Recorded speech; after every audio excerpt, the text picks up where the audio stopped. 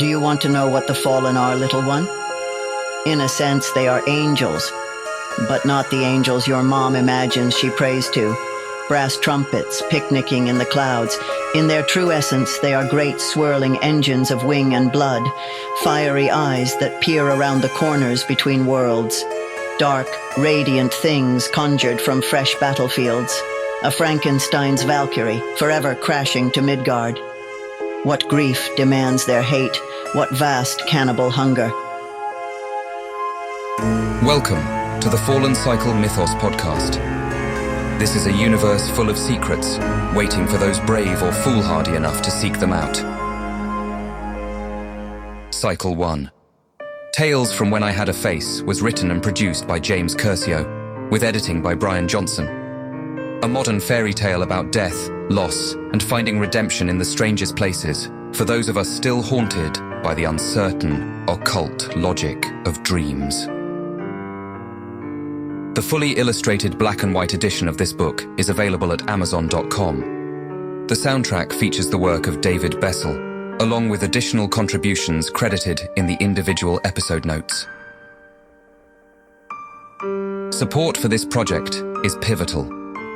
By becoming a patron at patreon.com/mythosmedia, that's MYTHOS media, you enable us to make more content like this and to be able to hire on more freelance artists in future works. Discover more about the transmedia mythpunk Fallen Cycle universe at fallencycle.com. This podcast contains adult themes and may induce psychosis. And now, this week's episode, Season 2. Episode 4, A Graveyard.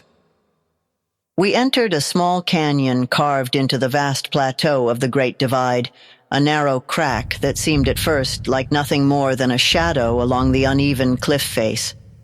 Further in, it continued to widen until it was a thoroughfare broad enough that 10 could walk abreast, and the divide seemed to rise above us sternly on each side, its top swallowed up by the gray haze of late morning.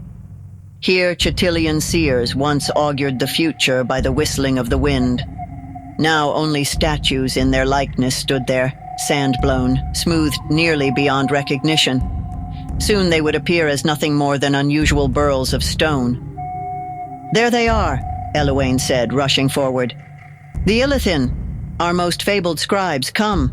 I know the way now." He led us through a sheltered gate at the feet of these statues, and so began our long passage into the silent earth. We walked cautiously behind Eluane, who strode with determination, holding aloft his crystal which shone with a sharp white light that was utterly without warmth. All that lay outside its reach was true blackness, the kind you only find in the deepest places, but we could feel a sense of space through the dark. The very quality of the air spoke of what lay beyond sight. I could tell the caverns we passed through at first were narrow but deep, and they opened up further as we proceeded. "So this place is really big, huh?" Elena said rather abruptly, after we had been marching for hours in silence. Columns of fungus and mold coated the walls, once cultivated by the Chatillians for various purposes, now growing wild.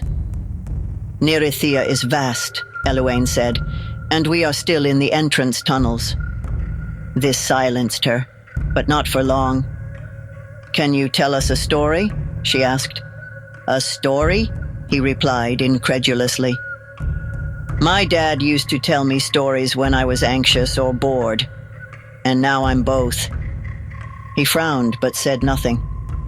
She pressed further, and as her boredom grew, her protests became more intolerable, until he finally relented to her will. "Very well. You could pester your way to the crown jewels given enough time." "A story about what?" "I don't know," she said. Then, a moment later, "How about Aryn Chernaya? I miss my home, and I'm sure you have many tales of the first king." Eluane nodded. "As you wish. Where to begin?" An age ago, when humans were still newcomers to the north, a young boy was born to the Oblidan, a people who then roamed in the flat land between what is now called Sevgorod and Skalheim, all the way to the reaches of the wilds on its eastern border. He was known as a strange boy, his family little respected, and if not for a twist of fate, none would still speak his assumed name. He would slip away from their camps into the woods that bordered the plains they were accustomed to. "Don't go amongst those trees," his people warned him. "Do not pass beyond this circle of stones." But he did not listen. They feared the borderlands while he yearned for them. While playing with his wooden swords and skipping over streams, he would see forms out of the corner of his eye, shifting in and out of existence. His people had stories about these shadows. They were the fine, they said, those who had left their own homeland where they guarded the gate between night and day. And so we are. The Oblidan feared us, despite the fact that we were both refugees of a kind. They were by far the more recent. But this child did not run. He sought after the laughter on the wind, the patter of feet that led into the empty hollow of a tree. Too young to know better, and prone to flights of fancy besides. One day, the unspeakable happened, as it so often does. There had been raids before, as the Duvik sought to extend their northern borders, but nothing like this. For the last time, Oblidan mothers put their children to bed, as they would any other night.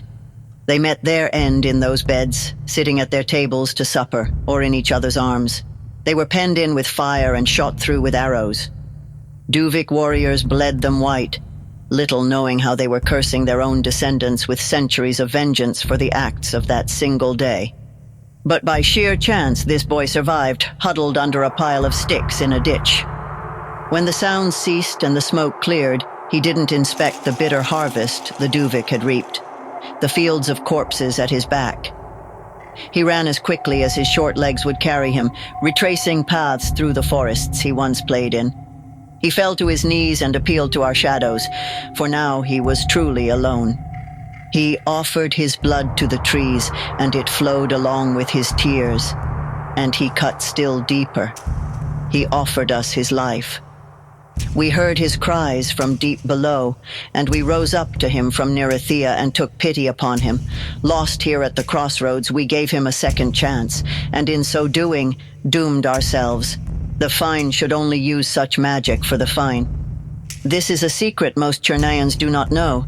He was the first human Oyun before he was your first king. Lies, said Elena, though she seemed more playful than truly offended.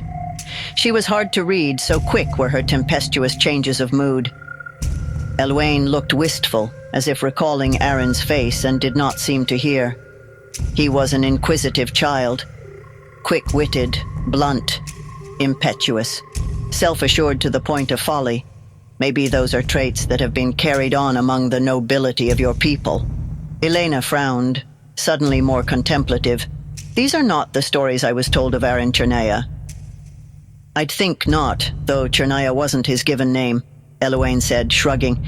But yes, that'd be the name your people would one day build around him. Legend. He paused, calling back to mind where he had been in his story. After many seasons, he left us.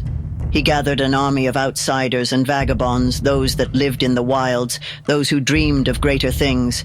And he trained them as we had him, though he kept the wisdom of the dead for himself only. Like a bunch of Tovag warriors, they could slip from the woods and murder every noble in a town while they slept. When axes and spears would press at them, they would melt back into the mountain like Chatillians, nothing but a scary story told to children. Then they'd pop out again somewhere else. Soon, amongst the fishermen of the Reach or the smithies of Sevgorod, you would hear the name whispered, Aryn Chernaya is out there, looking out for us folk. And in their voices was a new hope. Their children would leave offerings for him by their bedsides or on their family hearth. That wish soon became a prayer. It's interesting, isn't it, that his tomb is now situated amongst the ivy-wreathed avenues of your home city, and not the soot-stained capital, he asked Elena rhetorically. Some said this was because his original tribe often made camp near the shores of what you now call the Reach. But the architecture of Rostova also shows his affinity for the culture that Chernayans yearned to invent. The way you imagine yourself as the nobility of a forgotten age, rather than heirs to the engines and blood that truly built your empire. He was the best in you, but so we often find the beginning is the peak rather than the nadir. Here myth and reality parted ways, like a train that would never again arrive at its point of departure. It is fitting, since the train became symbolic of both your aspirations and of all the bodies laid down like railroad tracks before them. Eluane seemed quite pleased to be telling this tale despite himself, and again took out his Chernayan pipe, which I found somewhat conspicuous in his hands. He had spent time enough with them to learn their history well, and, of course, he had heard their every story. By the time Aryn died, he had amassed great wealth and a sizable retinue, though it was the power of his name that was his son's true inheritance. After all, a kingdom is just a story that enough people have come to believe. In the years that followed, his sons invaded Duvik and violently united the wild lowlanders of Waylan with the highlanders of Sevgorod and Rostova, who had already by that time settled in their walled cities and built forges that blotted out the stars. One big, happy family. Just like that. He snapped his fingers and took another puff. The superstitions of the Duvik people didn't entirely vanish as the generations passed, however. And so it's little surprise that Belgarian, who you know as your fourth king because he had so many previous reigns expunged from the record, would seek to hunt down and stamp out anyone so much as suspected of witchcraft. Belgarian. He was my favorite, you know. He was blind, barking mad. Back then, I thought his bottomless avarice would make an early end of him. But as it turns out, that can go on quite a long time. Most of my people urged caution, but I was rebellious in those days, if you can believe it. I sent a private envoy into Duvik to assess and then to recruit, and finally to give the kind of training we had once given to Aryn. Without the consent of the other fine, I passed on that knowledge which he had let die with him. So you see now, I was teaching the descendants of those who had once slaughtered Aryn's own Oblidan people. The Oyun ways spread through Waylan, those fields and rolling hills that had once been home to the Duvik tribes. We sought out all who might unite in this purpose. Human and fine alike, all who would be free of the Empire's grasp. I was such a fool. He shrugged. That's how the Order of Sendir was started. People who never before had common cause could all agree on this. And so to them too, we taught. You tell it all wrong, Elena interjected.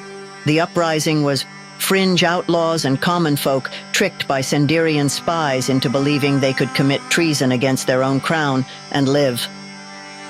Humans are bandits, Eluane replied with a shrug. The two words are virtually indistinguishable in our language. Hey, Elena protested. I didn't say all bandits are without virtue, Eluane said, raising an eyebrow. Vultures have a virtue, but it is your very nature. All that you have is stolen like fire from gods. You'd steal the stars from the sky if you could. Well, Oyun are all liars, Elena said, throwing up her hands. They trick the ignorant, the scared, the simple.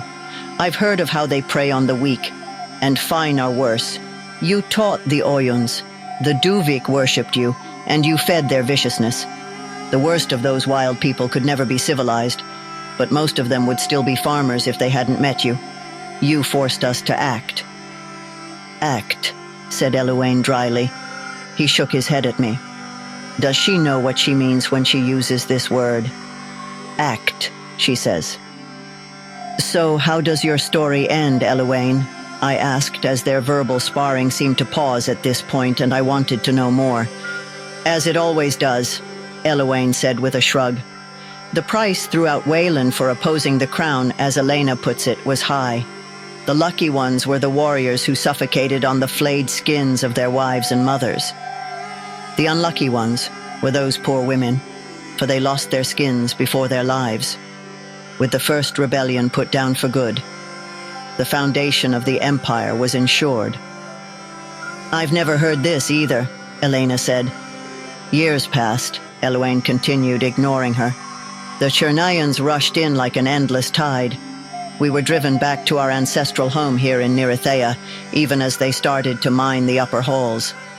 The Tovag retreated beyond the ice to their cloud forest, and the Melier were already fewer with each passing year. He trailed off, his eyes momentarily vacant. "Well, you see where all of this led," he said, sweeping his hands out toward the vacant caverns above. Elena opened her mouth to reply, but he looked away and moved ahead down the passage.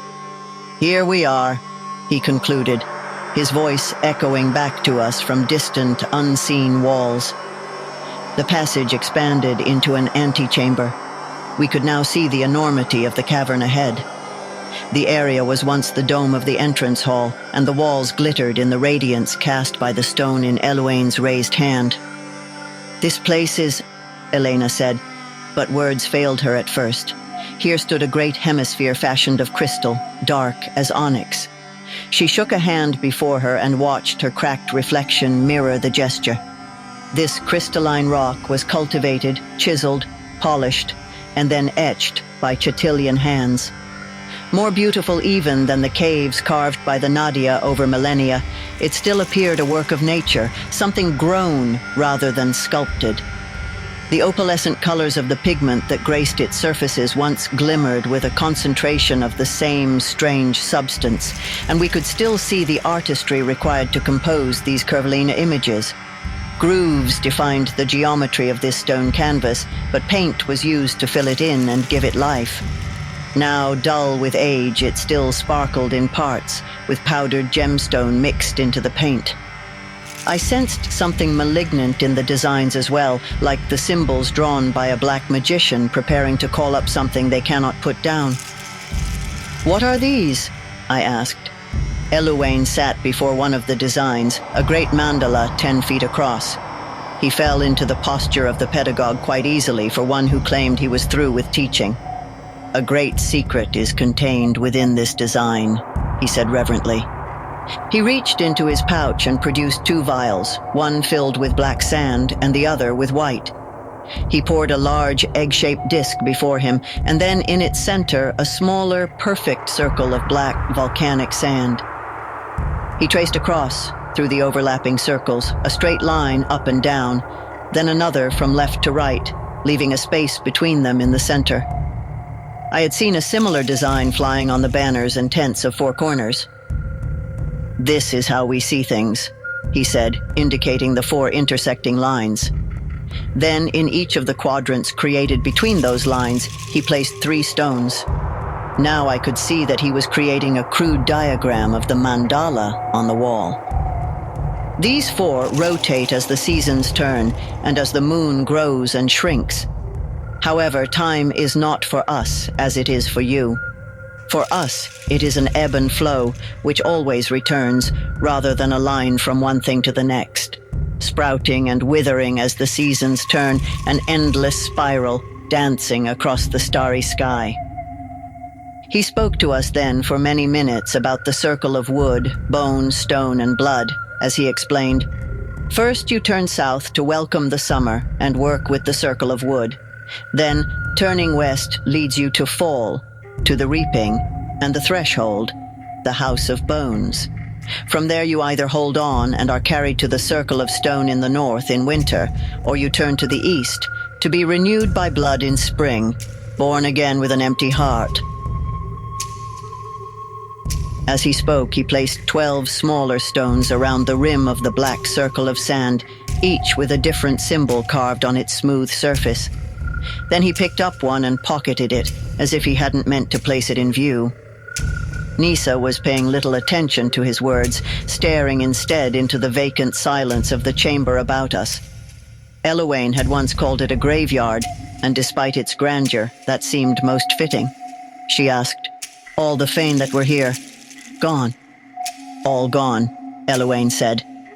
He began placing the stones in his bag again, his lesson completed. Maybe never to return, like those who dwelt in Alteran before even our arrival.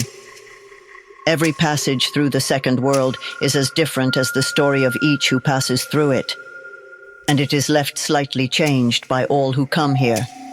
I can't even imagine what it was like when there were more like you here. Did you all sit around, meditate, and pontificate? Or is that more of a personal trait? Elena asked him. You've never known true loss, even though you've stared at it all of your life. Hey, Elena said, scowling. I could tell she was trying to determine whether he'd crossed a line or not. Can we gain Feyan knowledge? I asked him, unable to contain myself. I'm sorry, he replied, taken off guard. To speak with the spirits as you do, I said. He seemed genuinely puzzled. That is precisely what we taught the first human Ayta to do. But why would you want to?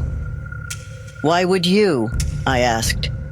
He folded his arms but leaned in toward me, to safeguard that knowledge. I felt heat rise to my cheeks, and before I knew what I was saying, the words tumbled out of me. And what grants you absolute authority over the memory of the dead? He raised a hand, which was enough to halt my outburst. Every time we have sought to teach humankind, we have only multiplied the sorrows of the world. Yet he had only spoken of his own failures and losses, not my own. Certainly not what I could do with such knowledge. Now he took my hand in his cold fingers. I felt a flush again, but this time it was embarrassment rather than anger, and I looked at the others, wondering if they knew our shared secret, but they weren't paying any attention. Elena seemed to be glaring off into space, and Nisa was on her back, her legs up the side of the wall. She was merrily wiggling her toes and humming to herself. He took a deep breath, forestalling any further comments, and with his exhalation scattered the white and black sand until none of it was left. Elena looked around one more time and yawned, the grandeur rather quickly spent on her, and oblivious to Eluane's turn of mood. I'm sorry. I'm exhausted. We've been walking all day, and you just keep talking and talking. I'm so thirsty. Soon we will come to a waterfall. It is probably no longer poisoned from Chernayan mining. They've since moved on. The veins run dry. All right, but I'm thirsty now, she said. Eluane frowned slightly. You will not die now, but you may if you drink anything from pools this deep. Rest if you can. Gran took a needle in hand and dipped it in ink. Ayta bared her back as instructed and bit her lip in expectation of the pain to come. I am cracked right down the middle. Eluane was too, Gran said. But his fracture was not visible. Born a prince of his people, he thought he could befriend humans and not pay the inevitable price of serving two masters. She began working the needle on Ayta's back, a rapid tap-tap-tap under her practiced hand. Every time he tried to help those whom he saw as virtuous against those that weren't, fate seemed to punish him. Aryn, Chernaya, the Duvik. How many others died violently because they believed in his dream of unity and peace between different peoples, times, and worlds? He doomed them all with hope. Dots of red bloomed on Ayta's skin as Gran worked, for he was correct that it is human nature to covet, to hunger, and to plunder. Dobicha. Finally, his ultimate punishment, he was taken prisoner. And when freed by the Tovag, what did he do? Ayta stared into the flickering candle in a trance of pain. Gran's eyes were as deep and dark as onyx, fixed in concentration. He wandered, the last Chatillian, for many cycles only hearing the whispers of the dead. This is when he got his nickname. She wiped blood and ink from the first line. Who chooses what is remembered and what forgotten from one life to the next? That's the burden the Raven Wanderer carries, for he maintains the forgotten memory, though he committed quite a few tales to oblivion, so that he might work his magic and remain in the second world. She dipped the quill again. Think about what it means to exist only in story, granddaughter.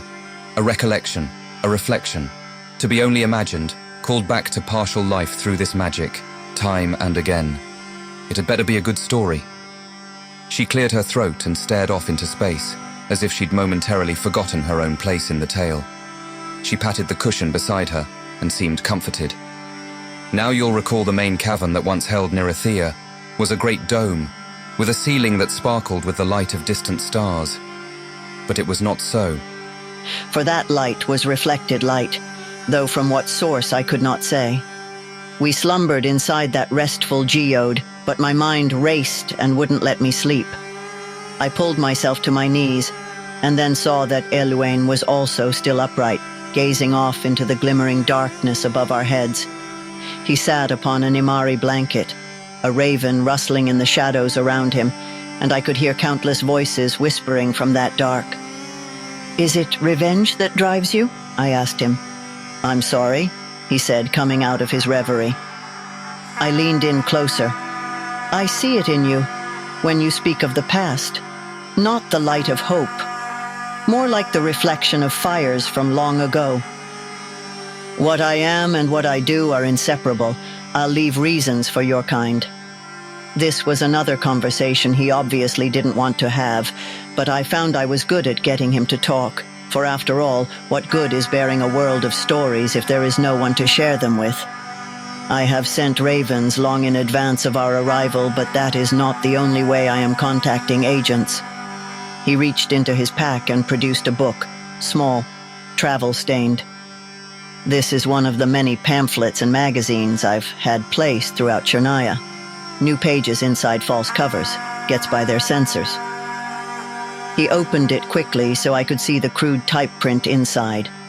The pages looked as if the original writings had been simply scraped off to save on paper, so they were thin and worn, and the contents were scrambled or written over, distorting and concealing the message except from those who knew what to look for. If any Sendirians are left, they will still know how to find these and to hide them amongst the books of the lumbering empire above our heads, and they will come to our meeting site. They will set the time, he said offhandedly. "Oh yes, do tell us all about your spies and your secret spy meetings," Elena called from her bedroll, peeking through one half-open bleary eye. "Not like I'm sleeping or anything." Ignoring her, I tried to read what he'd given me. Much of it referenced times and places and people I'd never heard of. I closed the book and handed it back to him. I rolled over, but sleep would not come. "I feel sick to my stomach when I think of all the things I've seen," I said, turning back toward him. "The real curse is that despite what you endure, you will not lose your mind." "At least not yet," Eluane said. A profound sadness washed over me, and the recollection of a sound, both far off and familiar. It was of the song sung by my parents, and their parents, back through time, playing again now in my mind, off-kilter, as if by a rusted music box found in an attic somewhere. The songs passed away into silence as quick as they came, replaced with a conviction so clear to my mind that no one would hear them played again. What is worse, they would be meaningless even if they were, for no one else would ever understand them. Never again, unless I found a way to carry an entire world in my womb. I reached out toward him. His cloak rustled as he curled behind me. Elena groaned and stared up at the ceiling above with both eyes now. "Well, trying to sleep." I smiled in her direction sweetly. "It's all right, little sister. The grown-ups are talking." Our hands lightly touched, and I was surprised to find how safe I felt near this stranger. Sleep did come easily then. Gran clicked her teeth and inspected the point of the needle. But later that night, I awoke with an unsettling feeling. Eluane was leaning forward on his elbow, while his other hand took hold of his chin and lifted away his face. I cannot say what lay underneath, only that it was so incomprehensibly alien that the remainder of the night is blotted from my mind. I took it to be a dream at the time. Now, I know better. And even then, a world and so many years away, she still shuddered. Then she was quiet for a time, and there was no sound save Ayta's slightly labored breathing. She winced as the needle bit into the skin over her spine. By now, the tattoo was taking shape, the outline of an owl, its eyes in the oblong dimples of soft flesh between her shoulder blades, and the script form of Tovug runes traced on the feathers that ran down the small of her back. Gran continued to tap as she again spoke. "The Raven Wanderer once said to me, 'No one knows, not even me, how your world came to an end. Ah, but just looking out the window we may guess.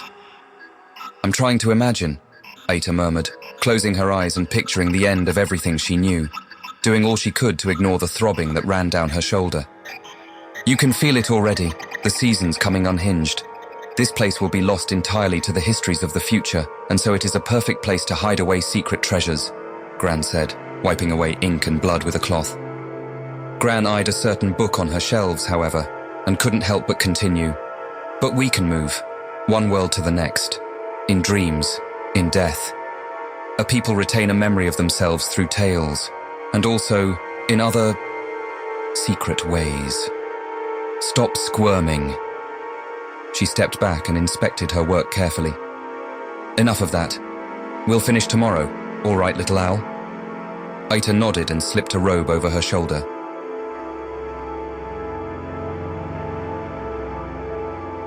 Whether due to our hunger or the conversation of the night before, Eluane seemed in an increased hurry to leave this mass tomb and the memories it must have conjured.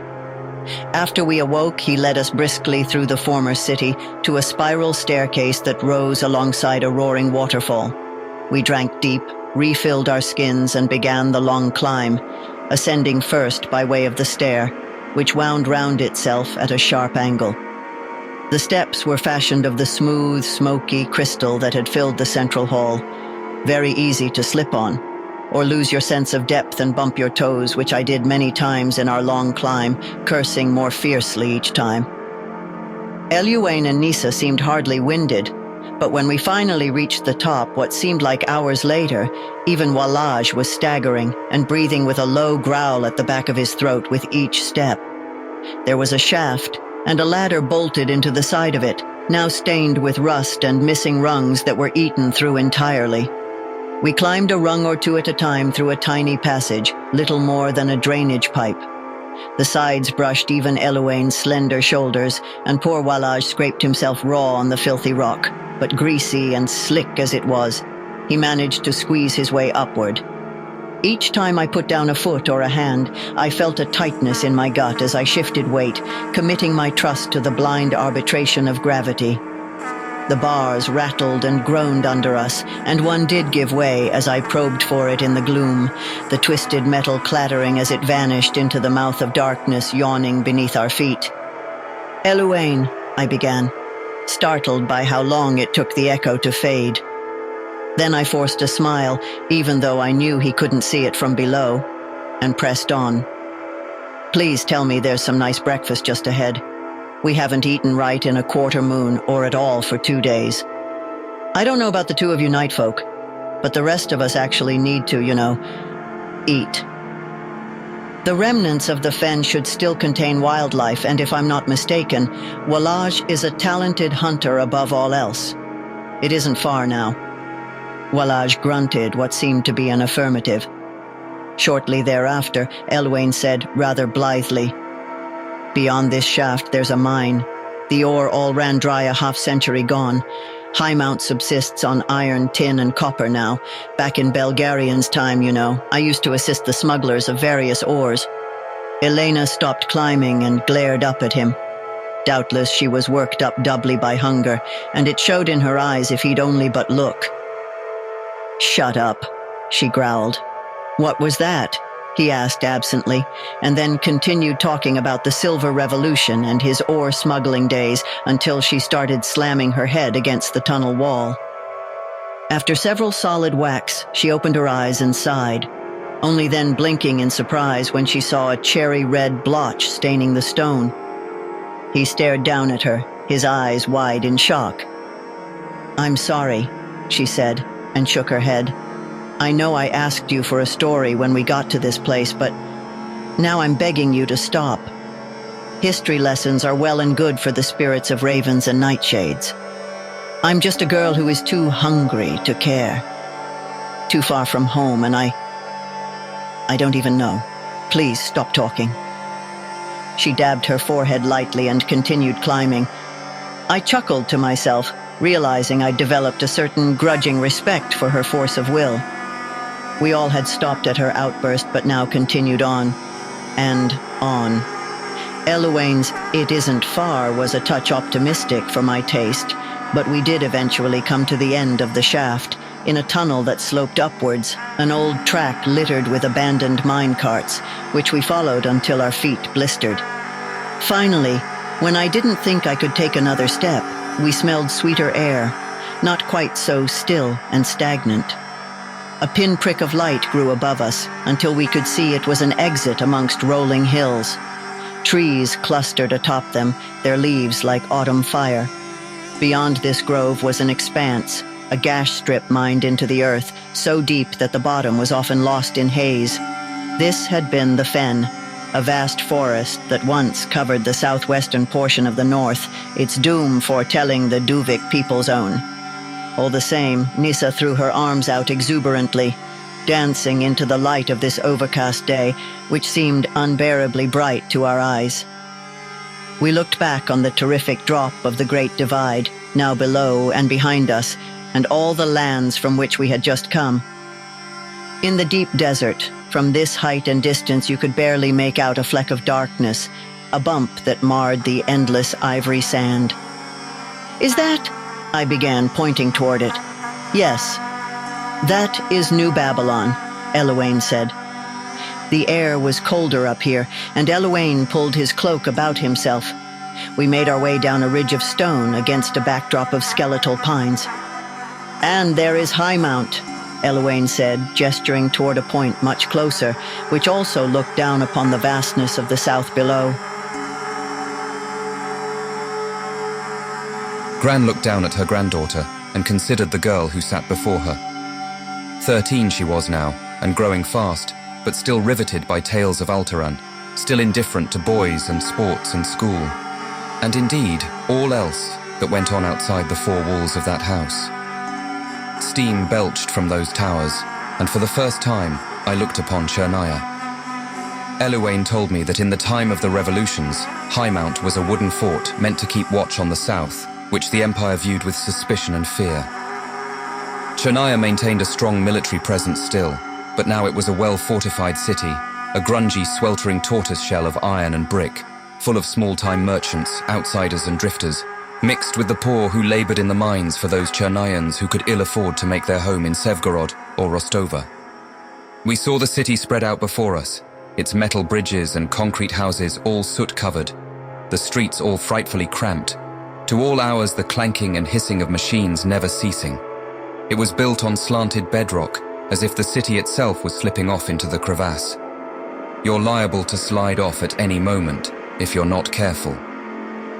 Elevator pods, closed iron kettles, lumbered up and down cables thick as your arm. She wrapped her hand around Ayta's bicep, lowering people to the lowlands of the south, or up to the vast subcontinent that perched amongst the clouds. Night and day they moved. Night and day. Ayta pointed out the window with her other hand. "Sounds like New York." Gran squinted.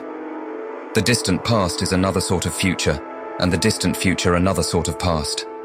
Do you see? The second world intersects them all.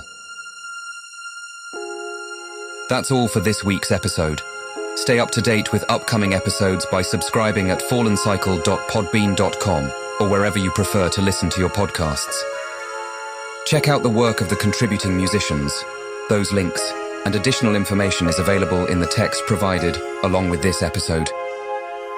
This audio edition was produced by James Kershaw, along with text-to-speech synthesis. A statement on the use of LLMs is available on our website for those curious about how we do and don't use these technologies. This podcast is Creative Commons 3.0, Attribution, Share and Share alike, non-commercial use.